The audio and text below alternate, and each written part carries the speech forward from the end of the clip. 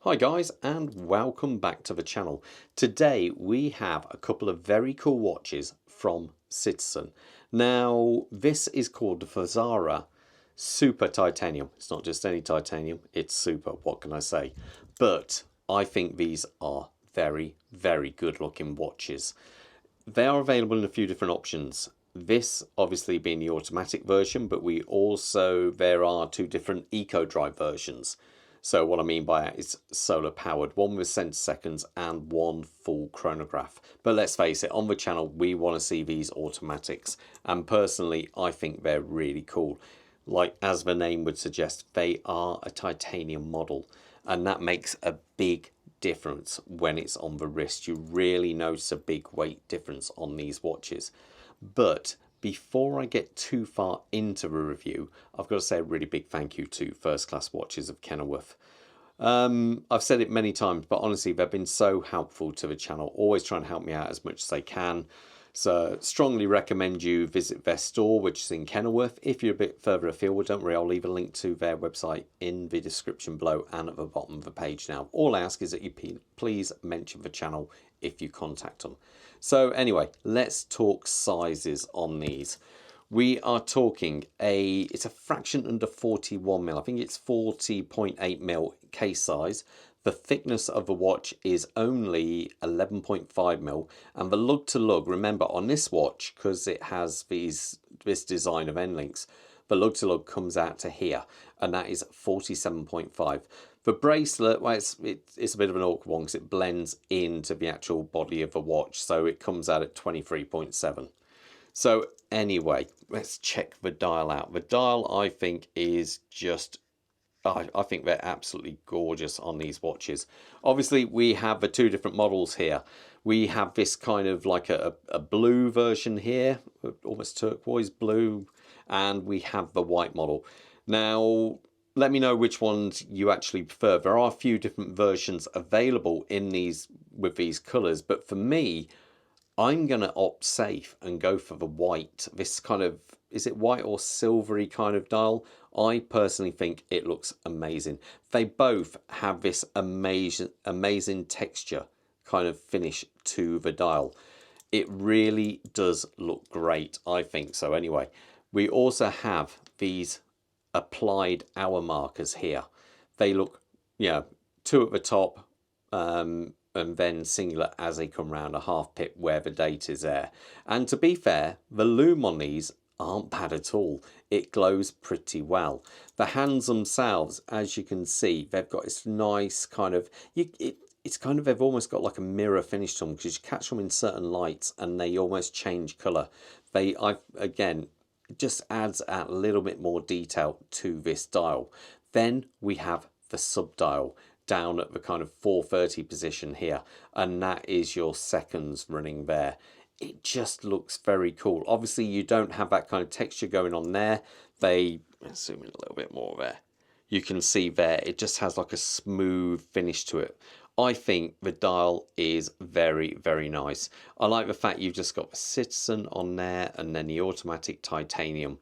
It's so clean, very nice. You have this kind of chapter ring running around there with slight different texture.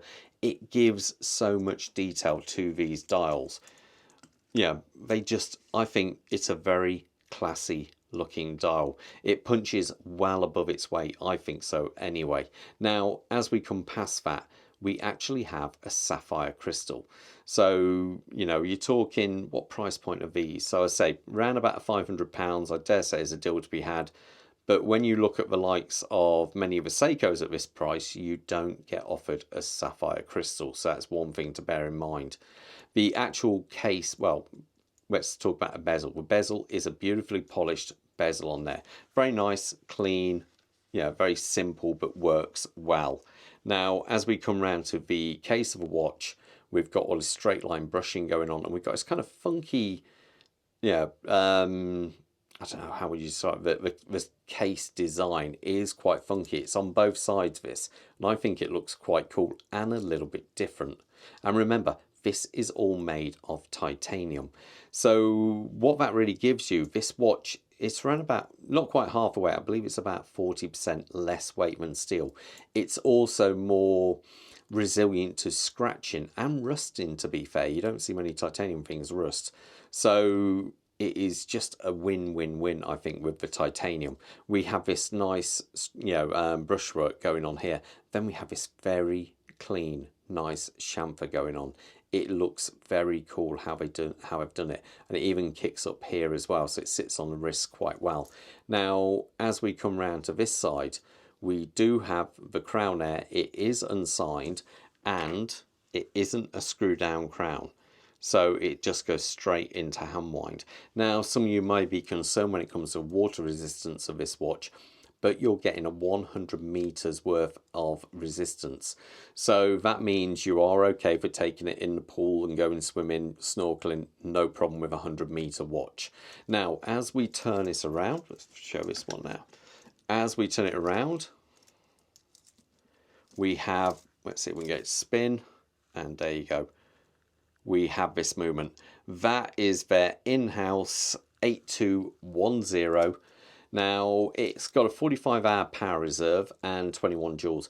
I put them both on the time graph, and to be fair, they're pulling the same +8. Now, that's in the position I had it. So you never know, on the wrist, that may level out, or could get worse, to be fair. But normally they tend to level out more when they're actually on the wrist. So you never know, it might even get better. So overall, the movement is nice. I like the fact we've got a gilt movement inside a display case back, so you actually get to see the movement. Being a watchmaker, I always like to see what's going on there. I find it really helps if you can see the movement. And after all, when you've got a movement which, just likes to spin like these do, it is nice to be able to see it. I think they do look good when you see that going around there. Now, the bracelet, we'll zoom out a little bit here.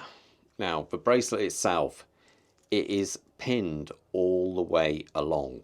So again, that means you can adjust this to your heart's content. So you can go right, make this incredibly small if you wanted to. The clasp is a fold over, just a folded style clasp, but they do say titanium. Nice solid click, and it is signed on the back. It is all brushed apart from these center sections here.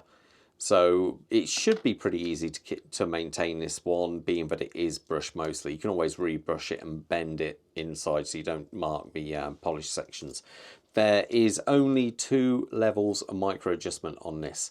Now, to be fair, it's not a dive watch, so, it's not the end of the world if you don't have a load of adjustment, but it should be okay. Let me put it on my wrist so you got an idea how it looks. Let's zoom out here. Quick wrist check. I'm wearing my old Seiko MM200 Great Blue Hole, I believe it's called. I think it's a lovely looking watch. And Bob has the new Seiko Sugoi.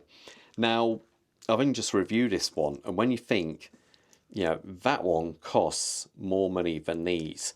Now, movement wise, technically, this has got more power reserve to it. They've got the same beats. And this is made of full titanium. Okay, you get 200 meters on that and a bezel, but you don't with this. But there again, be interesting to see which one you would prefer.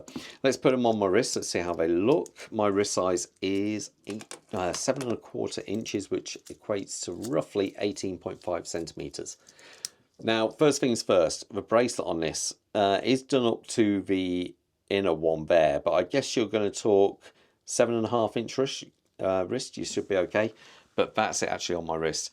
I think it is a real cracking good looking watch. Let's try the other one. There we go. And that's it on there.